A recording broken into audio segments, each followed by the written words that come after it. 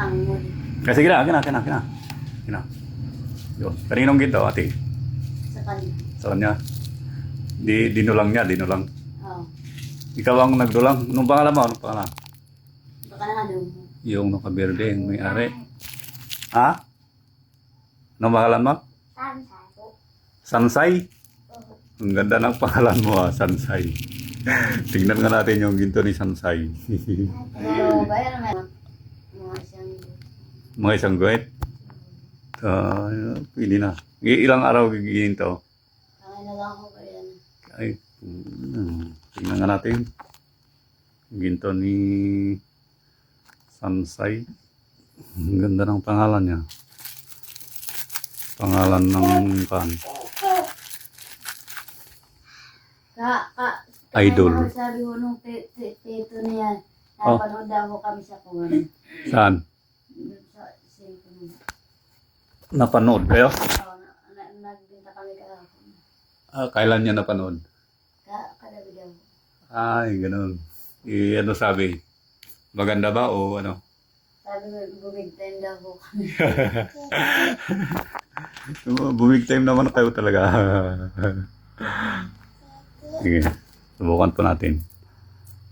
Tingnan yung ginto ni Sunshine kung bumig time.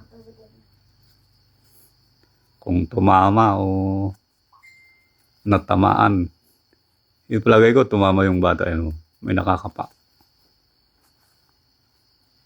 Tingnan mo.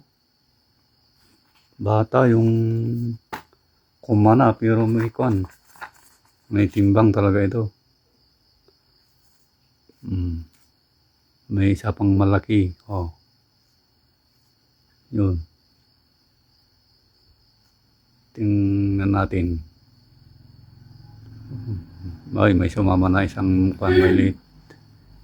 Late na sumama. Yun. Tanggalin natin. Wala na. Tingnan natin kung yung magkano ang babaunin mo pa uwi. Marami naman yung ginto niya. Kaya lang pino.